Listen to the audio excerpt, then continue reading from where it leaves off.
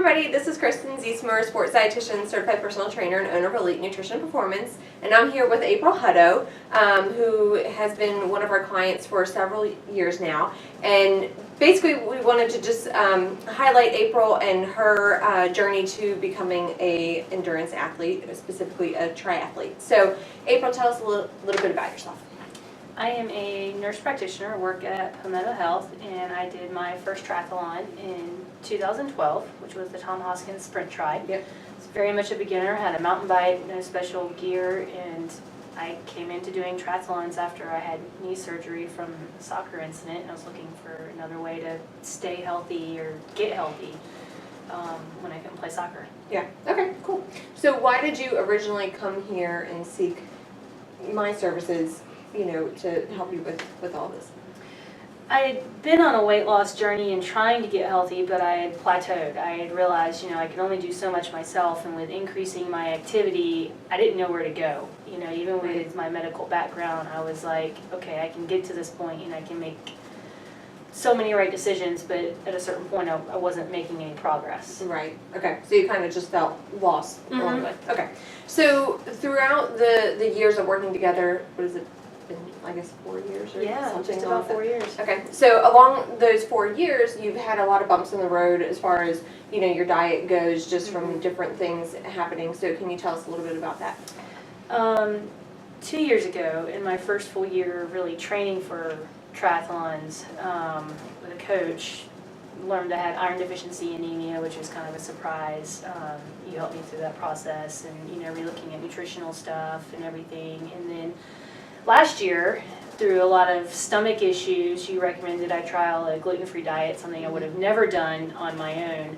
And then through that process, ended up learning in October I had celiac disease. Right. So this past year has been completely changing all of my nutrition, just because I couldn't tolerate anything that I used to eat. Yeah. So how has that affected your training as a result, or has it affected your training? It's definitely been a challenge.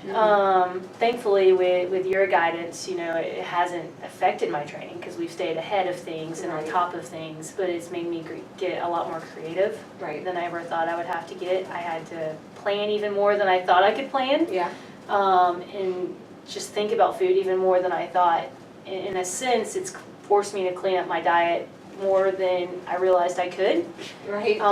Which has led to good results. Right. But just the fact that I feel so much better than I did last year has made it all worth it. Yeah. And April used to bring in Excel spreadsheets with all of her food on there, which was awesome in my opinion. But okay, so tell us a little bit about your training now. What does that look like? Because you're preparing for upcoming races, so you'll have a full marathon coming up. You're planning to do a full Ironman next year. So what does your training look like right now? And then how about your nutrition? Give us an example of what that looks like. Yeah. So I just finished my A race, or my big race, in July for this year, which was a half Ironman, and so I'm kind of in like a pseudo off season. I'm doing some short distance work, nothing too terribly long. But all this is to kind of rest my body, just so I can go into next year doing a full marathon and full Ironman as healthy as possible. Right. Nutrition and training right now. I'm about 6 to 8 hours a week, give or take, what my coach gives me. And eating, I'm finally at the point where I know what to eat and how to eat, and so we're testing out the going by feel. And if I feel hungry, then I eat, now that I know what the right choices are to make. Right. And so far that's working well. I know at a certain point I might have to track certain macro things, carbohydrates, fat and stuff, as training starts to pick up this fall, to make sure I'm getting enough. So what is the biggest thing that you feel like you have learned over the course of this journey? Because a lot of people come in here with, a lot of misinformation and, ideas about things that, oh, well, all I have to do to prepare for, a race would be to eat a big pasta dinner the night before, or something to that extent, or take a bunch of supplements. So what do you think is the biggest thing that you've learned, or maybe multiple things? Yeah, I think it's multiple things. I think it's one is how integrated food is into our psychology. Right. And how we've got to step outside of that. Food can't be tied to emotions or performance, or we have to mentally control it. I think for me that was a big step, Yeah. learning that. And now I think it's just that planning and preparation. You know, there's definitely a gap. If I don't plan a meal, all of a sudden I'm like, oh no, what am I going to do? You know? Right.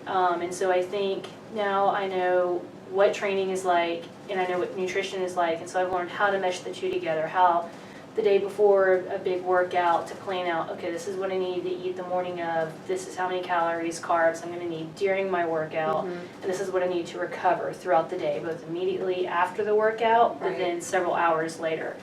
And how, you know, even in heavy weeks leading up, you know, or if training hours are high that week, that I need to eat more during that week than a week that's easier, a recovery week. Right. So I think learning those things have given me the skills I needed. So basically your sports nutrition plan does not begin the night before. It's really like an entire year, or you know, it goes with your season. So your off season, your on season, races and all that. It never stops. I mean, you know, when I was tracking everything, it was nice to take a mental holiday for a weekend or for a week if I was on vacation. That was very refreshing. But, you know, at that point, you're trusting in what you've learned, that you're still making good decisions, and it really does become a lifestyle. Yeah. That's what I've learned. And it's so much easier now to make those decisions than it was 3 years ago. Right. So a lot of people, you know, especially runners, they tend to do very well during the week. Eat well, and then on the weekends they kind of blow it and they say, well, I run to eat. So what advice would you give them? I've certainly been there. Up until being diagnosed with celiac, I had plenty of post-workout pancake, Waffle House, Cracker Barrel meals with a couple of friends that I shall not name. And those were fantastic, but now that I can't have those meals because of the celiac, and I'm forced to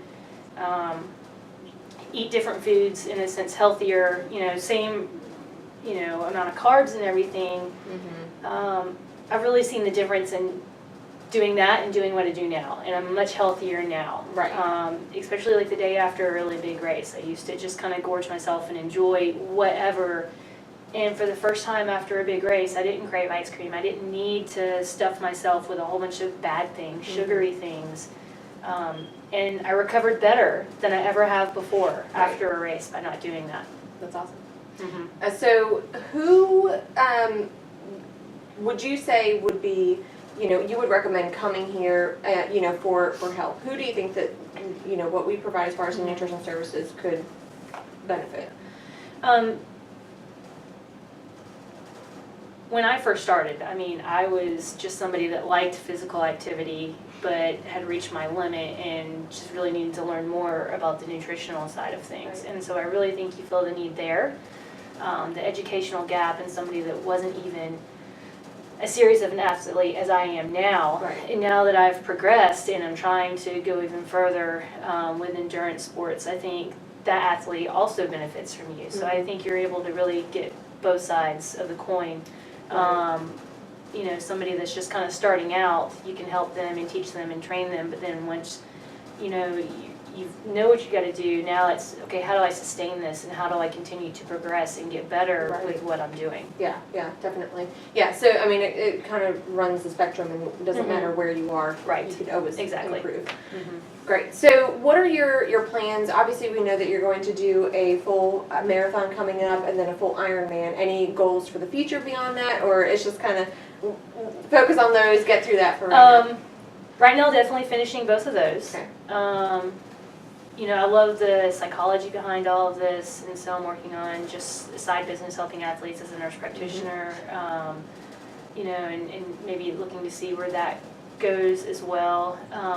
But then once I know I can finish an Ironman, I mean, who knows? I love adventure, and I love doing this, and so there's some other really cool races out there that if I can get through an Ironman, what's to say I can't do those? Going up a mountain. Such as Alaska Extreme Man. Awesome. Well, thank you so much. More information will be available on our website for April if you want to check that out. Thank you for watching.